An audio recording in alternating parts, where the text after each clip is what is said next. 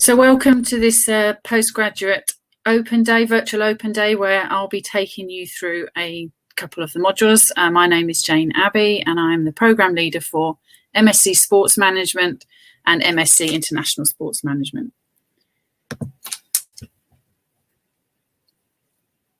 So two programmes that I look after. My background is in sports management. I was teaching in Birmingham for 14 years, their undergrad programme, which was an undergrad in sports management. And prior to that, I was managing leisure centres, particularly in London, and also playing a lot of sport. My two sports are netball and korfball.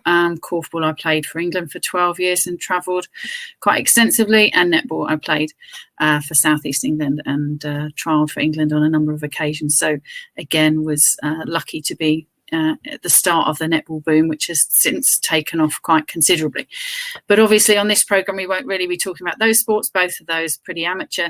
So we will be looking particularly at professional sports. But the good thing about sports management, it's about more than just football. Whilst we do talk a lot about football, we also talk about a lot of other sports as well. So particularly the professional American sports. So first of all, then, the modules for the MSc Sports Management programme. So it's 3 semesters. So semester 1, you've got 4 modules. The modules are worth 20 credits. So it's quite an intense first semester. So we have finance and human capital management.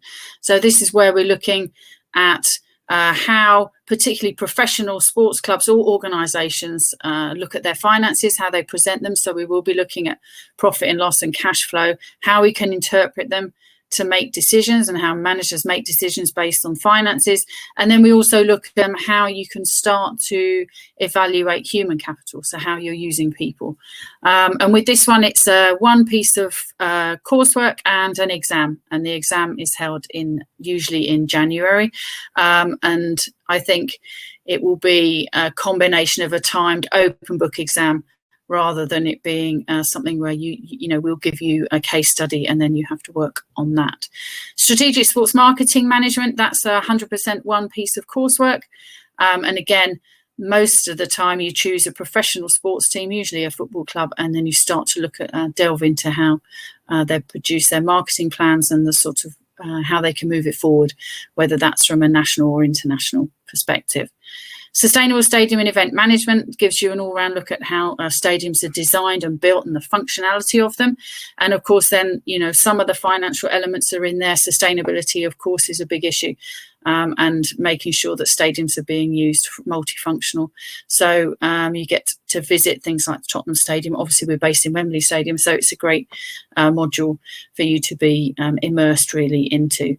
You have a group presentation and an exam with that one as well. And again, the exam same would be sometime in the January window.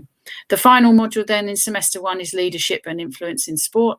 And this is where we start to look at theories of management, theories of leadership, and relate it to different professional sports. And again, we've got some great examples of both good and not so good management within the realms of professional football. So we can really have a look at what makes a manager successful. So we're really looking at some of the behaviours and attitudes and I suppose the transformational way that some people can get people to follow them. So we're really delving into that. So that has a timed exam, which is halfway through the course. So this is to sort of prep you for what's coming. So that's usually in about week 7 or 8.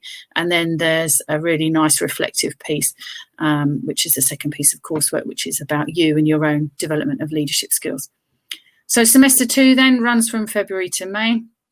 And there you've got corporate strategy in a sporting context. And so this is where we're looking at really big multinationals, big organisations, and to see really how they devise their strategy, all the analytical tools that we've got at our disposal to be able to try and see what's going on in the industry, what the competitive forces are, and how we can derive a strategy from the environment in which we exist. So an individual piece of coursework and a piece of group work in that, which would be in this context probably a presentation, whether it's virtual or in person. Then we have current themes in sports law. So we have a specialist sports lawyer who takes you through the ins and outs, particularly of contract law, and any of the current issues that are around. And of course, right now, that's COVID-19 and its impact on the sports environment. So you get to get some really interesting pieces there around what's going on in the legal side of professional sport. And then we start you off with your dissertation. So dissertation preparation, we do have some workshops in semester 1, but they're not assessed in any way. It's just about you thinking about the sort of topic that you would like. And then in semester 2, you have your formal teaching alongside seminars, and then the seminars are small groups where we can really start to prepare you for the question, and then your research instrument, how you're going to gather information around it.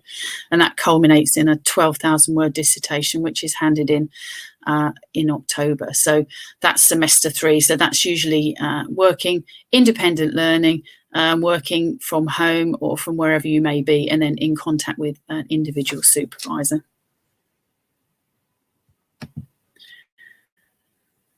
We then look at modules for the MSc International. You'll see they're the same. So I've highlighted the 2 that stand out. The 2 in yellow then are the differences. So in semester 1, the only difference then is global strategic sports marketing management. So it just means then that really on the international program, all of your assignments have to be looking from an international or a global perspective. So the organisation that you choose has to be operating in the global environment. So that will be the same. It's the same coursework. It's 100% on a marketing plan. But again, you just need to make sure you take an international perspective. And then instead of law in semester 2, you have got globalisation of sports management. So really topical then for the international perspective. So you look at potentially how a sports team or a sports club may want to go international and the routes to be able to do that. And then some of the influences around the wider environment, particularly maybe culturally, that you may come across if you were wanting to develop your sport in another country. So you'll see the rest of the timetable is the same. So we've got the dissertation running through in that final semester. And then embedded within all of this then is our employability and enrichment. So there's a number of opportunities for you to go out and meet people in the industry. So as I say, there are some trips that go out to different facilities. We've also last year spent one day at Luton Town, which was great, being with 4 different executives they had talking about how they manage the day-to-day operations, the finances, the marketing, and they hosted us, so we were based there. So each year we do different types of visits, and it might be in person or it might be virtual, depending on which way we go. So there'll be an opportunity for podcasts and webinars as well, which will be part of the new virtual sort of world.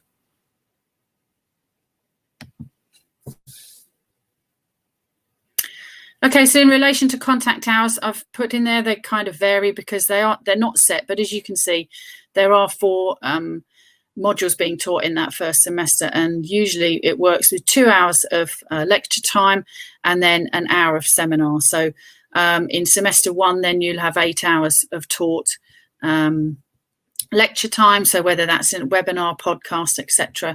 And obviously when we get back to face-to-face, that would be the face-to-face work. And then you have on top of that, so after each set of lectures, you will get at least 1 hour's seminar. Now with research, it's a 2-hour seminar, so it's much more hands-on and it's more one-to-one. So you'll see that, it's between 12, 13 hours contact a week. And then alongside that, you just really need to think about how much independent study you can do. And this is around your own research. It's about working with other people, your peers in the group, whether it's in group work or just meeting up to chat about how things are going in the class and sorts of tasks that you're asked to do within the lecture time and the seminar time. It's your own directed learning. You can do it whenever you like. But we would suggest that, really anything from maybe, I would say 20 plus, so we've got there 24 to 30 hours a week if you really want to put everything that's required into this program. So there is a lot of independent study or group study with your, cohort, with the other people that are on the course. So you need to be thinking about prepping for group work, for exams, your revision time, all of that comes into that time, as well as your preparation for your assessments.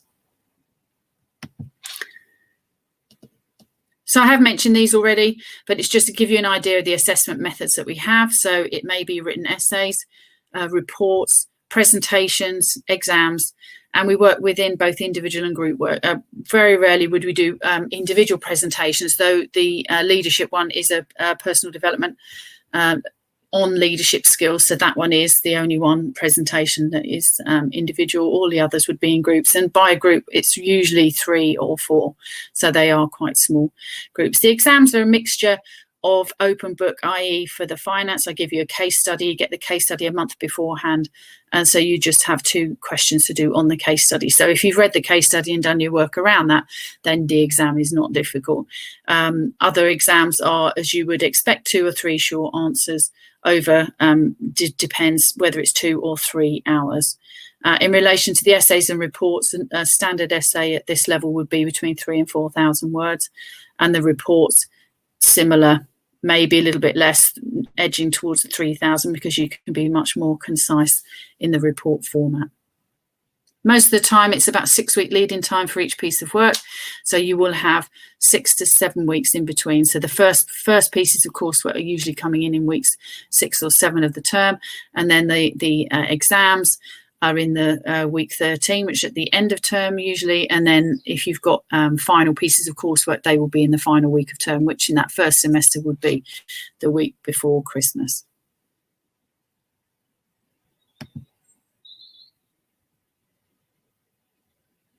Okay, so that's it from me. I think the sports management programme offers a real sort of variety in relation to the sort of job roles that you can go into afterwards.